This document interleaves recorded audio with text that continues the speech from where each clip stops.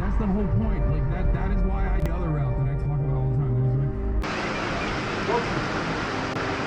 It's the walnut, okay. Yeah, is that the one you wanted? Yeah. I'm not used to the rakia being so dark. It's interesting. Beef fillet on rucola, salad, and that's it. Wow. Ecosystem completely. I mean, You want some salads? No. Okay, and bread? No. no thank you. At least they ask. Yeah, normally they just give it to you. Like, hey, fuck it, here's $5 worth of food. Yeah. It's actually quite nice. Yeah, I love the service.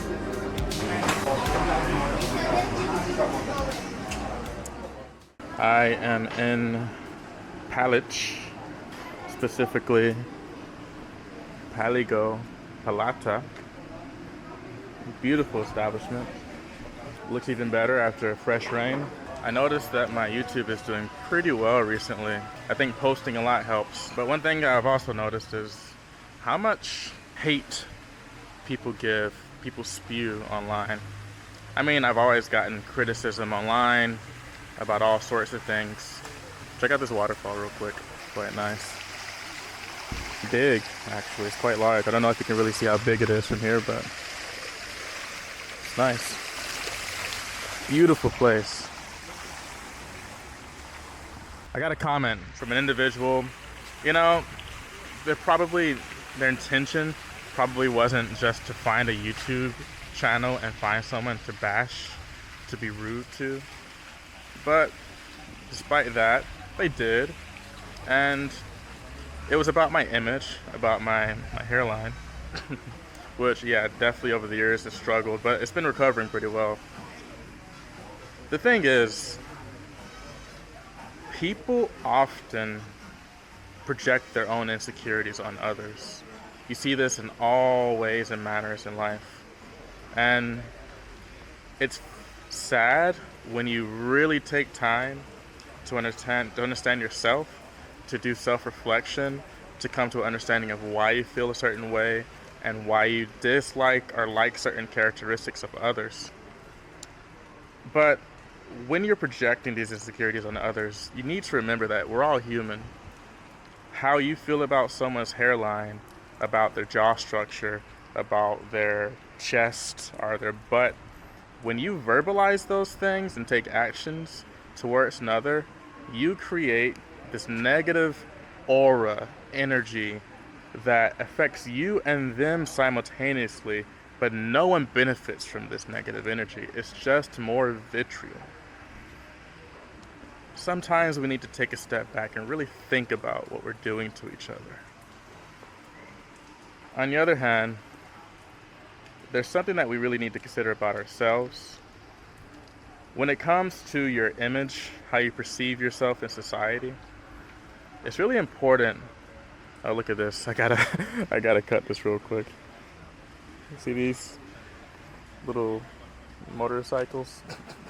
It really takes a certain level of understanding as an individual to recognize that how you perceive yourself and your insecurities don't actually have the same level of brevity, the same weight as you think they do when it comes to your attractiveness.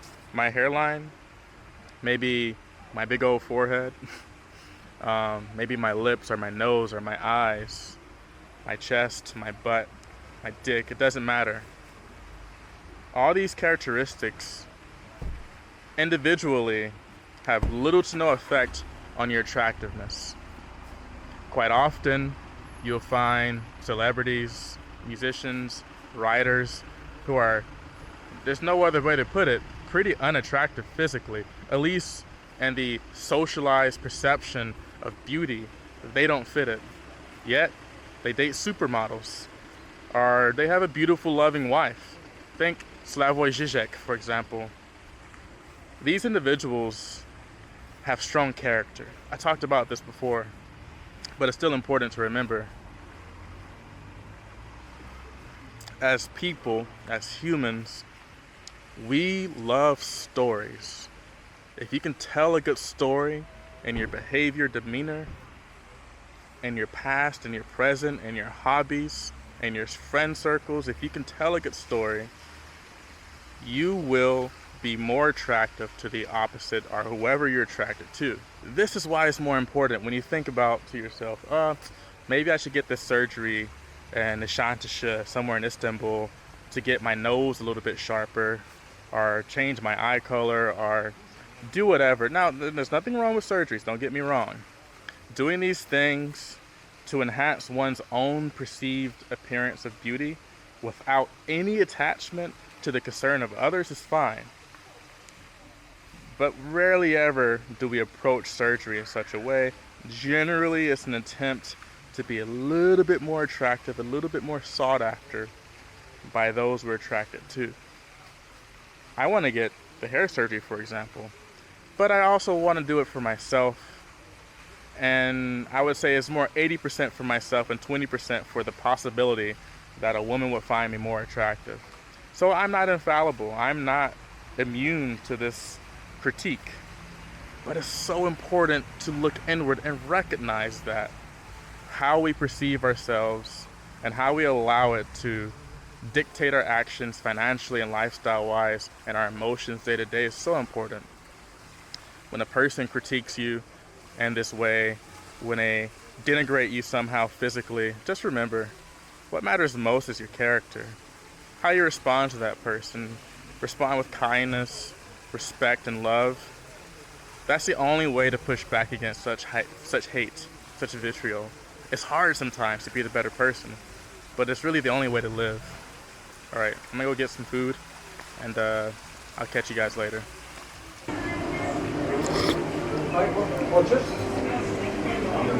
For you, a necklace. French fries.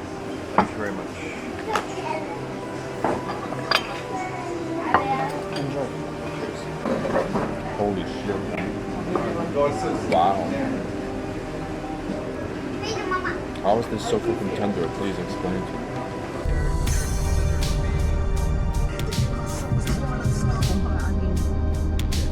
This is just adding it to it. I'm curious about that.